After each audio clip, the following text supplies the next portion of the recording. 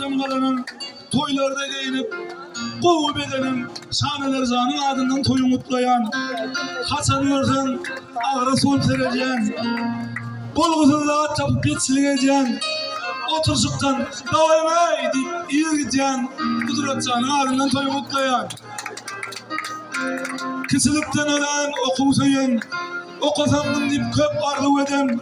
maksat muradına ok kulliyetin, Sahi Murat zanın adından toyu mutlayan,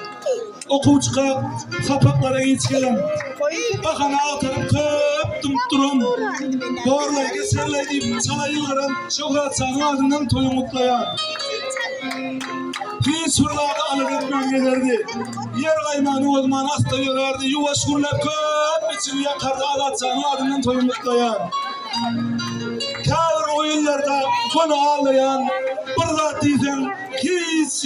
konu almayan, pul kredi gecelerinde yatmayan Rahim canı adından toyu mutlayan, kızım kalbimizde şartlık göreden, peygamberin yüreğimizden çıkmadı yereden, kablı vakti güldürüp kovunum getiren Rujen Zora, öyle adından sen toyu mutlayan, Allah can bağıtlı olacağım, sağ olsun göreceğim, yeminse